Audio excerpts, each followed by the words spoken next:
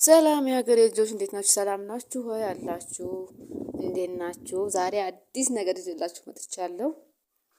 አዲሱ ነገር ሱቅ ከፍቻለሁ። እስኪ ላሳያችሁ። የከፈትኩትን ሱቅ ላሳያችሁና ዛሬ እንደው የምታህል ሱቅ ለመክፈት ምን ያህል ያስወጣል የሚለውን ትገምታላችሁ። ያው እንደሚታወቀው አብዛኞቻችን 300 ሺህ ብር አለኝ፣ 200 ሺህ ብር አለኝ፣ 500 ሺህ ብር አለኝ ግን ምን ስራበት ምናምን ትላላችሁ። አገር ቤት ያለ ሰው ደግሞ ስትጠይቁት እንዴ በዚች አሁን በ500 ሺህ ብር በ1 ሚሊዮን ብር እኮ ምንም አሰራልሽም እኮ ምናምን ነው የምትባሉት። በቃ ምንም ነገር መስራት አይቻልም በዚች ብር። በ500 ሺህ ብርማ ጭራሹ ነው። 300 ሺህ ብርማ ኧረ አይታሰብም ምናምን ነው የምትባሉት። እና ዛሬ ግን እኔ ተቃራኒ ሀሳብ ነው ይዤላችሁ የመጣሁት። ተቃራኒ ጭራሽ ማለት ነው።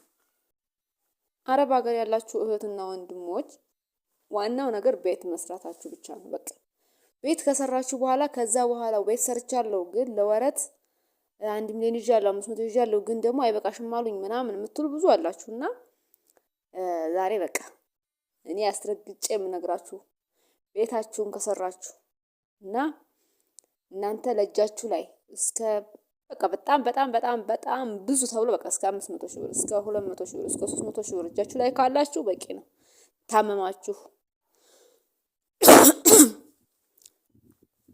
ታማችሁ መስራት እያቃታችሁ ነገር ግን እጃችሁ ላይ 300 200 ሺህ ብር እያለ ይሄን ያላለች ስትሉ ኧረ ይቺ ምንም አሰራልሽም እንዴ ተመልሰሽ መሄድሽ ነው ምናምን ብለው በቃ ነው የሚያስፈራሯችሁና ለእናንተ ነው በተለይ በቃ ይሄን የምነግራችሁ ለእናንተ ነው በተለየ መልኩ ማለት ነው።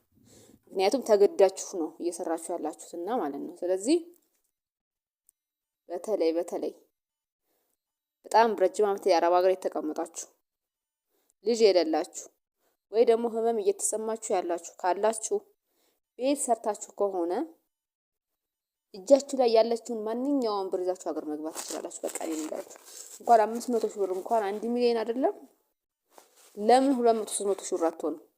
በቃ እቺ እጃችሁ ላይ 300 ሺህ ብር 200 ሺህ ብር ካለቻችሁ በቂ ነው። በቃ ቤት ካላችሁ በቂ ነው። ያቺን ይዛችሁ ሰፈራችሁ ላይ ትንሽዬ ነገር ከፍታችሁ መኖር ትችላላችሁ። ግዴታ ከተማ ምናምን መሆን አይጠበቅበትም ቤታችሁ በነገራችን ላይ ማለት ነው። አብዛኛው አሁን የገጠሩም የከተማውም ሸቀጣም በጣም ነው የሚጠቀመው። ክብሪት የማይጠቀም የለም፣ ዘይት የማይጠቀም የለም አይደል? ማንኛውም ከተማን ብትከፍቱት ያንን ነው የሚገዛችሁ፣ ገጠርን ብትከፍቱት ያንን ነው የሚገዛችሁ። ምናልባት ከተማ ላይ አንዳንድ ነገር ጨምሩ ትችላላችሁ እንጂ ማለት ነው። ስለዚህ ቤታችሁ ግዴታ ከተማ መሆንም አይጠበቅበትም በዚህ አጋጣሚ እና ያለቻችሁን ነገር ይዛችሁ ወደ ሀገራችሁ 10 ዓመትም 20 ዓመትም 40 ዓመትም ቢሰሩት እዛ ሀገራችሁ መታችሁ በትንሽ ነገር እስካልተነሳችሁ ድረስ ምን ጊዜም ቢሆን መክሰራችሁ አይቀርም። ምን ጊዜም ቢሆን በትንሽ ነገር መነሳትን የሚያህል ነገር የለም። በሰፊው ተተከፈተ ችግር ነው። ወጪውን በዛው ልክ ነው። የቦታም መምረጥ ይጠበቅባችኋል ምናምን። ትንሽ ነገር ከሆነች ግን የትኛውን ቦታ ላይ ተከፍቷትና በዛች ነገር መኖር ትችላላችሁ። ጎን ለጎን ደግሞ ብዙ የሚሰሩ ነገሮች አሉ። በቃ ይሄንን ሌላ በዚህ ዙሪያ ደግሞ ጎን ለጎን የሚሰሩ ምን አሉ? ትንሽዬ ሱቅ ከፍታችሁ ደግሞ ጎን ለጎን ምን ሰርታችሁ ለአንድ ነፍሳችሁ ምን ሰርታችሁ መኖር ትችላላችሁ የሚለውን በሌላ ቪዲዮ ልናወራ እንችላለን ከፈለጋችሁና ይሄ ቪዲዮ ከተመቻችሁ በሌላ ቪዲዮ ልናወራበት እንችላለን ማለት ነው። እና ደግሞ ላይክ አድርጉኝ፣ ሰብስክራይብ አድርጉኝ፣ አበረታቱኝ። እርስ በርሳችን እንበረታታ ውዶችዬ። ዛሬ ግን እቺን ሱቅ በቃ ስንት እንደከፈትኳት ልንገራችሁ። እስቲ ገምታችኋል? ግምታችሁን ኮሜንት ላይ አስቀምጡልኝ እስኪ መጀመሪያ።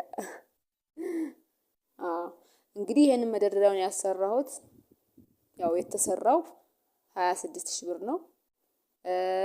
እንትኑ ደግሞ እነዚህ እቃዎቹ ደግሞ በአጠቃላይ ያስገባኋቸው እቃዎች ደግሞ 50 ሺህ ብር ነው ማለት ነው። ስለዚህ አንድ ልጅ 100 ሺህ ብር ካለሽ እስከ መደርደሪያሽ እስከ እቃሽ መክፈት ትችላለሽ ማለት ነው። 100 ሺህ ብሯን ደግሞ ለቤትሽ መሸመቻና ለአንዳንድ እቃ ማሟያ ማድረግ ትችላለሽ ማለት ነው። ስለዚህ እስከ 200 እና 250 ሺህ ብር ያላችሁ ሰዎች ቤት ካላችሁ አገራችሁ መግባት ትችላላችሁ። ግዴታ 1 ሚሊዮን 500 ሺህ ብር አይጠበቅባችሁም።